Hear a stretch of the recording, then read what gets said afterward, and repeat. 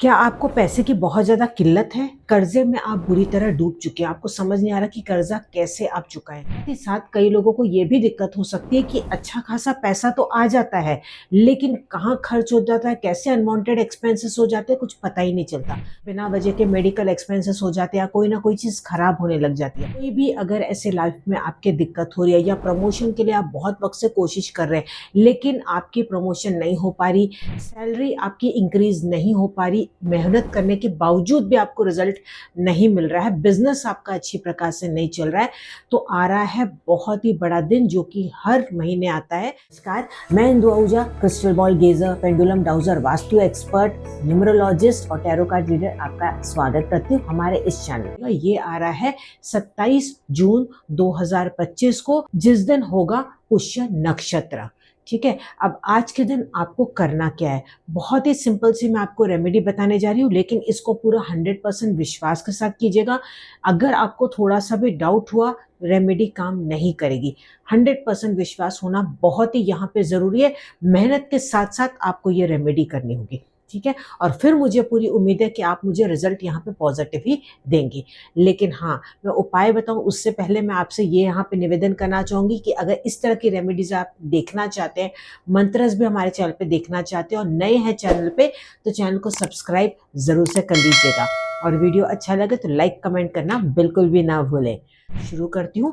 सबसे पहले यहाँ पे बहुत ही आसान सा मैं आपको बताने जा रही हूँ टेक्निक। जो आपको करना है, कोई भी एक आप प्लेट ले लीजिएगा या आप एक बाउल ले लीजिएगा, ठीक है। कोई भी बाउल हो सकता है, कोई भी मटेरियल का हो सकता है, कोई फर्क नहीं पड़ता।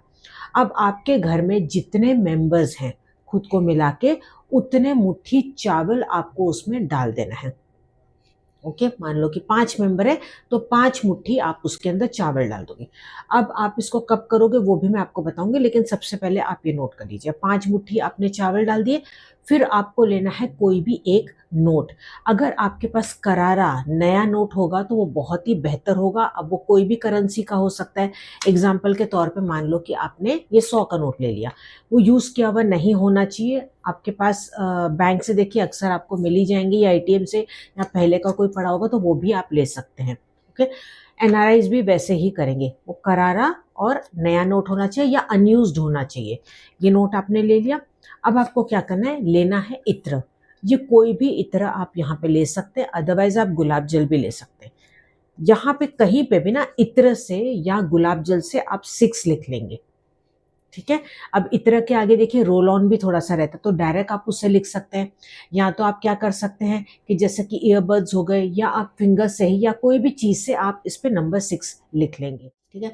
गुलाब जल से भी ऐसे ही कर सकते हैं, आप डिप करके कोई भी चीज़ से आप ईयरबड्स से लिख सकते हैं, या हाथों से ही आप उस पर लिख सकते हैं। आपको एक सफ़ेद कागज़ लेना है जो कि लंबाई में इसी साइज का होना चाहिए जो भी आपका करेंसी का नोट है। चौड़ाई कितनी भी होगी चलेगा, लेकिन लंबाई उतनी होनी चाहिए।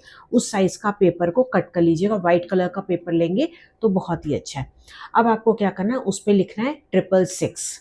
ये आप किस कलर की पेन से लिखेंगे, ग्रीन कलर की पेन से लिखेंगे, नहीं है तो ब्लू कलर की पेन का भी आप इस्तेमाल कर सकते हैं। 666 आपने लिख लिया। अब जो मैं आपको लाइन्स बताने जा रही हूँ, इस लाइन्स को आपको उसके ऊपर लिख लेना है। पहला, please forgive me, I am sorry money, I love you money, I respect you money। ठीक है, ये आप क्यों करेंगे? बहुत बार ऐसा होता है कि हम पैसे का अनादर करते हैं। कई बार ऐसा होता है कि नोटों को हम ऐसे ही बस कैसे भी करके हम डाल देते हैं, या रिस्पेक्ट नहीं करते, ऐसे ही बस अनवांटेड उसको खर्चा करते चले जाते हैं। बिल्कुल भी रिस्पेक्ट पैसे की नहीं करते कि आया है तो हमें उसकी रिस्पेक्ट करनी चाहिए। तो देखिए, जब तक आप रिस्पेक्ट नहीं करेंगे, माफ़ी नहीं मांगेंगे, प्यार नहीं करेंगे, तो आप अट्रैक्ट अपने जीवन में वो चीज़ को नहीं कर पाएंगे।